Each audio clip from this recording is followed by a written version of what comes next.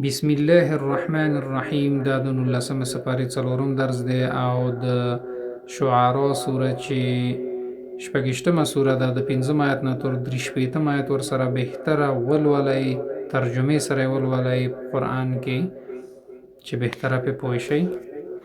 اعوذ بالله من الشیطان الرجیم محدث نوے ولیدا کوچنے ففررت نو وتختیدم زه ونزع او ویخکلو لا ضیر مفهوم دی چې نشته تاوان لشرذمة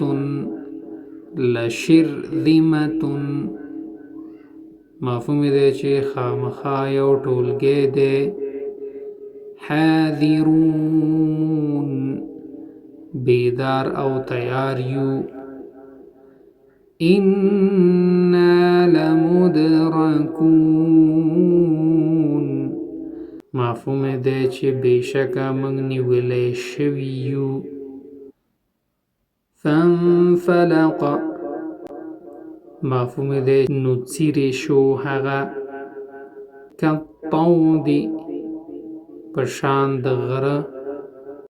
نو که غواړئ چې دا درسونه تاسو تعقیب کړئ په انټرنیټ کې او زده کړئ نو طریقه یې تاسو ته ښیم چې څه رقم کولی شئ چې غونډ درسونه تاسو د اول نه اخره پورې تعقیب کړئ. د ټولو نه مخکې باید اول یوټیوب خلاص کړئ که موبایلي ټابلیټي یا کمپیوټري. دغسې تاسو ته به دغسې سرچ بار د یوټیوب ظاهر شي نو دې ځای کې به تاسو دغه قسمت کې ولیکئ چې دوه ټي وي فاصله به ورکئ ټي وي نو بیا به سرچ کړئ دوه ټي وي چې ولیکل سرچ نه بعد دغه تاسو ګورئ زه به تاسو ته راښکم دا به تاسو سلیکټ کړئ دا به تاسو اوکې کړئ صحیح ده. دا هم چې اوکې که دوه ټي وي چینل تاسو ته خلاص شو نو مهمترین بخش چې دی دغه دی سبسکرایب. د سبسکرایب بټن له به فشار ورکئ چې سبسکرایب شي دغه دی سبسکرایب دا اوس سبسکرایب شو.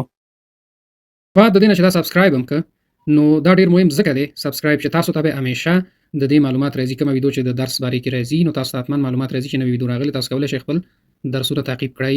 نو دې نه بعد به موږ پلی لیست سلیکټ کړو. پلی لیست هم چې انتخاب کړئ کې غونډ درسونه دي. پلی لیستونو کې غونډې سپارې شته مثلا 14مه سپاره شوه 15مه شوه 14مه شوه هره سپاره مثلا اول پورې 4مه سپاره شوه دا د اول جز اوله سپاره.